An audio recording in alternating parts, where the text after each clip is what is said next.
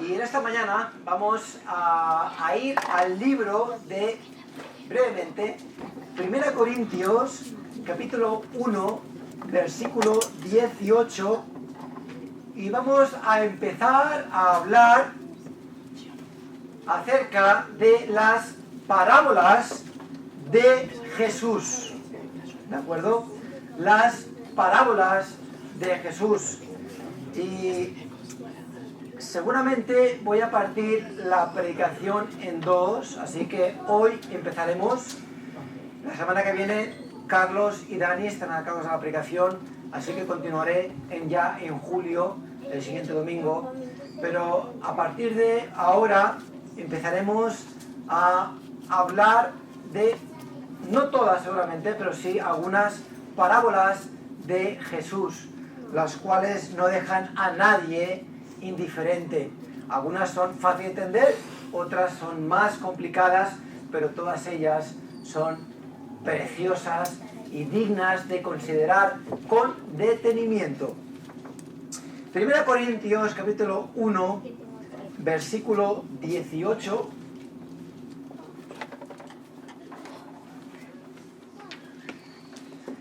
Porque la palabra de la cruz, la palabra de la cruz es locura a los que se pierden, pero a los que se salvan, esto es, a nosotros, es poder de Dios. Señor, que tú abras tu palabra a nuestro corazón, que podamos, Señor, reflexionar acerca de lo que en ella encontramos, que tengamos un corazón dispuesto a ser transformado, tocado por tu Santo Espíritu. Señor, que seamos cristianos dispuestos a cambiar para ser más como tú, a dejar nuestro orgullo, nuestra soberbia y necedad, para dejarnos moldear por tu santa palabra y por tu Santo Espíritu. Pido que bendigas estas palabras y que la uses sobre todas las cosas para tu gloria. En el nombre de Cristo Jesús. Amén.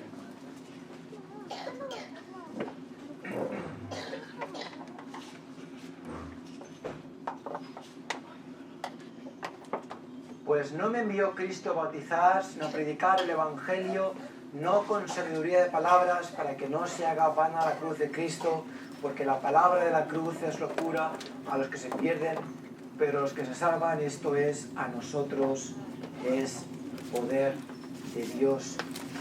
En este versículo vemos como Pablo escribe destacando a los corintios que lo que él predicaba, su mensaje, lo que él anunciaba, no estaba basado en sus propios pensamientos. Estaba basado en la palabra de Dios, en lo que él había recibido directamente de Cristo, con el propósito de cambiar el corazón de quienes, primeramente de aquellos que lo conocían, para que se convirtiesen, y seguidamente de aquellos que habían creído, para hacerlos más iguales a Cristo. Pero Pablo destaca aquí en este versículo 18 que para unos la palabra de Dios es locura, pero para otros es poder de Dios, es el poder del Evangelio. ¿Por qué es poder del Evangelio? Porque tiene la capacidad de llegar al corazón de la persona y transformarlo en su totalidad. De tal modo que aquel que no la conoce dice: estás loco, este libro no hace sentido, este libro es una fábula, este libro es un libro escrito por hombres que no vale para nada, es una locura. Eso es lo que cree la gente que no es creyente, que no ha sido transformada todavía. En cambio, el creyente encuentra aquí su autoridad para vivir. Y de hecho, esta mañana en la escuela dominical, si no asistes, te animo a que lo hagas.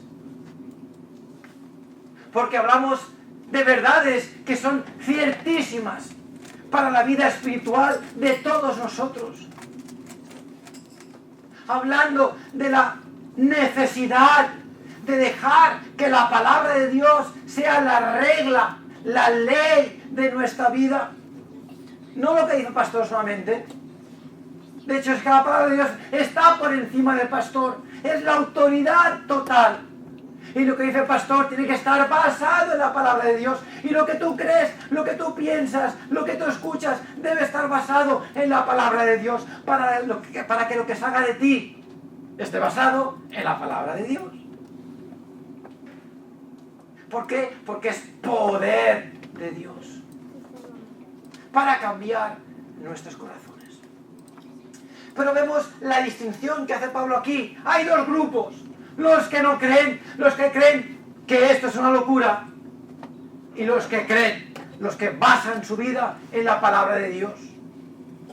Y estas son las dos distinciones más importantes. Es muy interesante, por poner un modo curioso, de ver cómo este libro, que para nosotros es precioso, para otros no es más que un cúmulo de páginas inservible. ¿Os dais cuenta que este libro está bañado en la sangre de muchos mártires? Los mismos escritores, muchos de ellos fueron martirizados por ser creyentes. A lo largo de la historia de la Iglesia, este libro es el producto de muchos hermanos que se han dedicado en cuerpo y alma, básicamente, a hacer posible que tengamos este libro en la mano. Este libro, el más perseguido a lo largo de la historia, el más publicado a lo largo de la historia. ¿No es una contradicción? Qué curioso, ¿no? Que el libro más publicado sea el más odiado. No veis al contrario. Si es el más publicado es el más amado, obviamente. Pero no, es el más odiado, el más perseguido. Por siglos no habían copias de este libro, más que unas cuantas repartidas en varios sitios. Por mucho tiempo, si te cogían con un libro, con la Biblia, te perseguían, te mataban. En España, hace 70 años, 80 años, en la época donde los pueblos estaban gobernados por caciques, por el cura del pueblo. Lees historias cuando había los colportores, personas que se dedicaban a vender porciones de las escrituras, de las sociedades bíblicas, que iban con un libro, un evangelio, una Biblia, unos folletos, iban con carros por los pueblos, con caballos, con mulas, con zurrones llenos de Biblias, iban de pueblo a pueblo vendiendo, y a menudo tenían que salir corriendo porque el cura y el alcalde y los habitantes del pueblo, movidos por ellos, les lanzaban piedras y palos, persiguiendo la misma Biblia. Para ellos era locura, pero para el creyente dispuesto a dejarse la piel es poder de Dios. Y hay una gran distinción entre los creyentes que toman este libro en serio y los no creyentes que toman este libro como una locura. La Biblia no deja indiferente a nadie. O lo odias o lo amas.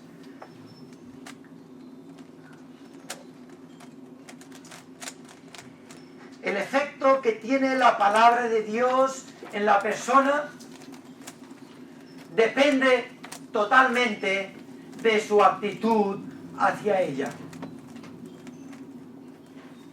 Tú puedes coger este libro como un ateo y decir, voy a ver realmente.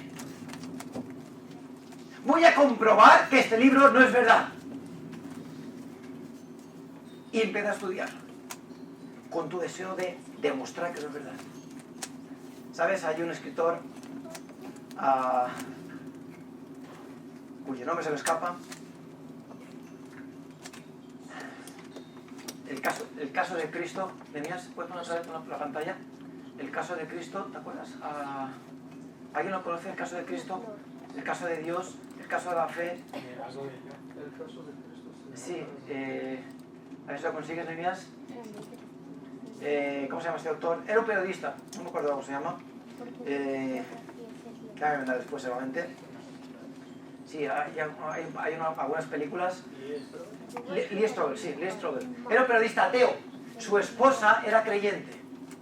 Y este hombre se sentó y dice, voy a demostrar que mi esposa está en el error. ¿Y sabes qué ocurrió? Lo hice sinceramente. Y yo soy periodista, voy a estudiar el pasado, voy a estudiar los datos, voy a hacer una recuperación de datos, de información, y voy a llegar a la conclusión de que ella está mal. ¿Y sabes qué pasó? Que se convirtió. Y ahora es una apologeta. Defiende la palabra de Dios, defiende la fe cristiana. ¿Por qué? Porque este libro, cuando lo tomas seriamente, no te deja dudas. Porque todo depende de la actitud con la que te enfrentes a este libro. Si tú vas con desprecio, por supuesto, vas a encontrar muchas cosas que no te gustan, que no se cuajan con la sociedad de hoy en día, que son exageradas. Pero cuando tú vas con deseo de encontrar la verdad, como hablaba esta mañana con la gente de Berea, que ponían a Pablo en estrecho porque comprobaban la palabra de Dios. A ver, Pablo, ¿qué dice? A ver, ¿qué pone? Ah, sí, pues sí, verdad. Y lo hacían como en un corazón deseoso, pero lo hacían con la actitud correcta de encontrar la verdad. No de amoldar su creencia a la palabra de Dios, sino todo lo contrario, de amoldar, al revés lo he dicho, no de amoldar la palabra de Dios a su creencia, sino de amoldar su creencia a la palabra de Dios. Así que, ¿qué tipo, y esa pregunta para ti, qué tipo de corazón tienes ante la semilla de la palabra de Dios? ¿Cómo coges tú este libro? ¿Con qué actitud? ¿La coges con desprecio, quizás? ¿La coges con incredulidad? ¿La coges con dureza? ¿La coges con ya lo sé todo? ¿La coges con ¿para qué me sirve? Hemos leído el Salmo 119 antes, la semana pasada y esta semana. ¡Oh, cuánto amo yo tu ley! ¡Oh, con qué limpiará el joven su camino! Con guardar tu palabra. ¿Por qué? Porque no deja indiferente a nadie. Porque en ella tenemos la verdad de la vida. Porque en ella tenemos lo que el creyente necesita. Para poder encontrar la verdad, la voluntad de Dios. Así que, ¿cuál es tu actitud al leer la palabra de Dios? Mi esposa y yo estábamos hablando esta semana y ella tiene que empezar por ayudar a las hermanas a encontrar realmente en el tiempo devocional una avenida para conocer la voluntad de Dios, para conocer mejor a Dios. Y es muy posible que hagas las devociones y no te enteres de nada. Y aquí repetimos siempre la importancia de hablar de devociones y de tomar tiempo la palabra de Dios. Y venga. Y quizás tú lees la Biblia y no te enteras de nada. Pero Dios quiere que no tomes las devociones como a una actividad más a la semana, sino que la tomes como una avenida para que tú conozcas más a Cristo y Él te pueda conocer más a ti. Y os podáis, bueno, te conoce en todo, Él se puede revelar más a ti. Y puedas ser bendecido. Y puedas acercarte más a Él y ser más como Él. Eso es lo que necesitas tú como creyente. Y no te va a dejar indiferente. Te va a transformar, te va a ayudar a seguir hacia adelante. Ahora, si tú dices, sí, esto ya lo sé, pero no lo haces, te quedas igual y te conviertes en un terreno que no es el adecuado para que la semilla germine y crezca y dé fruto a 30, a 60 y a 100 por uno. Así que, ¿con qué actitud te acercas tú a la palabra de Dios? Así que vamos a hablar esta mañana acerca de las palabras de Jesús y el por qué hablar de ellas. Y es un tema precioso porque son las palabras de Jesús. Son historias que Jesús mismo enseñaba. Y si lo que Pablo dice es importante, porque por supuesto está inspirado por Dios, si lo que Pedro es importante, lo que dice Pedro es importante, porque por supuesto está inspirado por el Espíritu Santo, Santiago dice es importante por la misma razón, Juan por la misma razón, cuánto más las palabras del Hijo de Dios, cuánto más las palabras de Jesús. esas enseñanzas que quedaron grabadas en la mente de los discípulos y que Mateo, Marcos y Lucas, no Juan, pero Mateo, Marcos y Lucas deciden plasmar unos unas, otros otras, unas repetidas en los evangelios para que tú y yo podamos también disfrutarlas y aprender de ellas.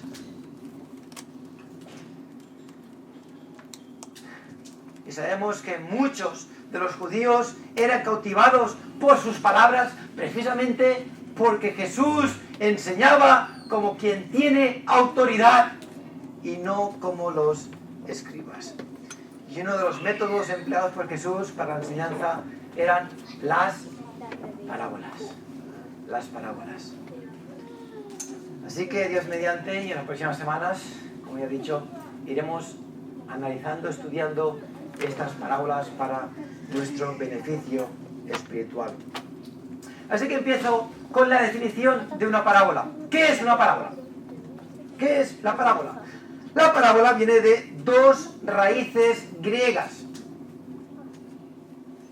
Una es la palabra para, que significa junto a, y balo, que significa lanzar. Parabalo, parábola. Literalmente significa colocar a su lado. Colocar a su lado. Y esto indica una comparación entre dos cosas que son de alguna manera similares. ¿De acuerdo? Así que una parábola es un símil, una simple analogía, una metáfora ampliada que tiene una lección distintivamente espiritual contenida en la analogía. O como John MacArthur escribe, una parábola puede ser larga o corta, puede emplear la metáfora, el símil, el proverbio o algún otro tipo de figura del lenguaje, incluso podría contener elementos de la alegoría, pero siempre haciendo una comparación aplicable a alguna verdad en el reino espiritual. Las palabras es una ilustración con una enseñanza que todo el mundo podía entender.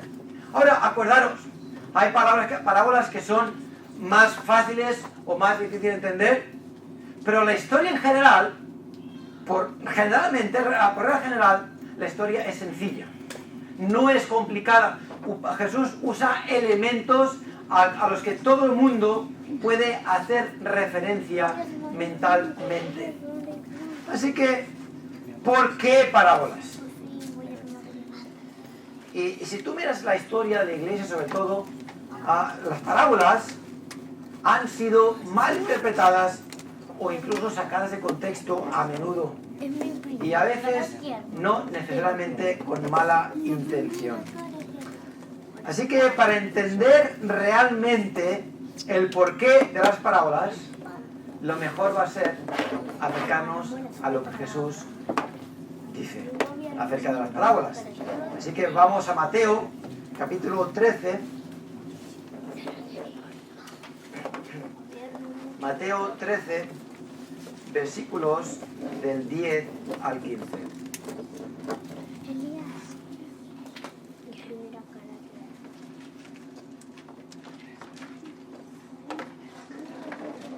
Mateo capítulo 13, versículos del 10 al 15. Entonces, acercándose los discípulos, le dijeron: ¿por qué les hablas por parábolas? Él respondiendo les dijo: porque a vosotros os es dado saber los misterios del reino de los cielos, mas a ellos no les es dado. Porque a cualquiera que tiene se le dará y tendrá más, pero al que no tiene, aún lo que tiene le será quitado. Por eso les hablo por parábolas, porque viendo no ven y oyendo no oyen ni entienden. De manera que se cumple en ellos la profecía de Isaías que dijo: de oído oiréis y no entenderéis, y viendo veréis y no percibiréis, porque el corazón de este pueblo se ha engrosado, y con los oídos oyen pesadamente, y han cerrado sus ojos para que no vean con los ojos, y oigan con los oídos, y con el corazón entiendan y se conviertan, y yo los estos versículos, estas palabras de Jesús dejan claramente establecido el propósito de las parábolas. Jesús está con sus discípulos en este pasaje, aquellos que habían decidido seguir a Cristo, ser sus discípulos, aprender de Él, dejarse moldear por Él. Y son ellos mismos los que hacen la pregunta: Señor, ¿por qué hablas con parábolas? Qué pregunta, ¿no? ¿Por qué estas historias? Porque él dice la pregunta, él hace una observación, una historia, una ilustración, una parábola. Y mucha gente, escuchando, ¿qué significará esto? Incluso los discípulos preguntan, ¿qué significa esto? ¿Por qué hablas con parábolas? La gente no lo entiende. ¿No sería mejor explicar de otro modo? ¿Por qué hablas con parábolas? Ahora, ¿cuál es la respuesta de Jesús? Habla de vosotros y habla de ellos. Porque para vosotros, los que creéis, la palabra de Dios es poder de Dios. ¿Y para ellos qué es? Locura. ¿Hemos leído esto antes de Pablo? Jesús está diciendo lo mismo. Señor, ¿por qué hablas por parábolas? Vosotros y ellos. ¿Quiénes son vosotros? Los discípulos. Aquellos que han decidido seguir a Cristo. Aquellos que han dicho: Señor, te seguimos. Pedro, sígueme. Voy para allá. Juan, tú también. Jacobo. Y todos ellos. Vosotros. A vosotros, dice, os es dado saber los misterios del reino de los cielos, mas a ellos no les es dado.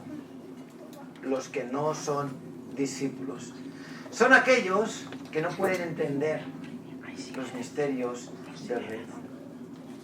Así que el mismo mensaje que Dios da en la parábola sirve para, 1, clarificar, 2, para oscurecer.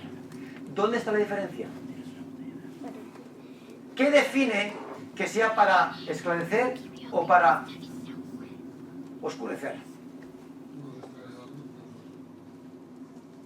La actitud del corazón. ¿Cómo? ¿Con qué disposición llegas tú a la palabra de Dios? ¿Cómo te acercas a ella? ¿Con qué corazón vienes tú a escuchar la palabra de Dios predicada?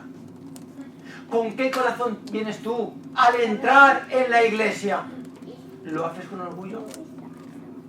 Ya, obviate. ¿O lo haces con humildad?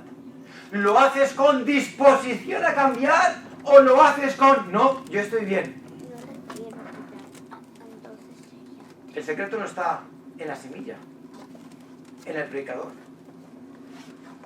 en el tiempo. El secreto está aquí dentro. Para unos es poder de Dios. Para unos pueden entender los secretos del reino, pero otros no podrán. ¿Por qué? El secreto está en el corazón. Así que, siguiendo las palabras de Jesús, las parábolas eran, número 1, un juicio divino contra los que recibían su enseñanza con desprecio, incredulidad o apatía. ¿Por qué? Por lo que dice: porque viendo no ven y oyendo no oyen ni entienden. De manera que se cumple en ellos la profecía de Isaías, que dijo: de oído oiréis y no entenderéis, y viendo veréis y no percibiréis.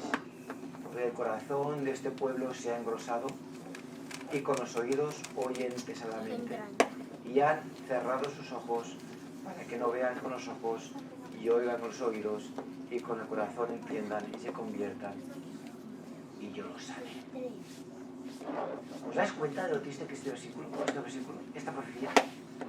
¿Os imagináis tener a Jesús mismo cara a cara? A Dios hecho hombre, a Emmanuel. A lo suyo vino y los suyos no le recibieron.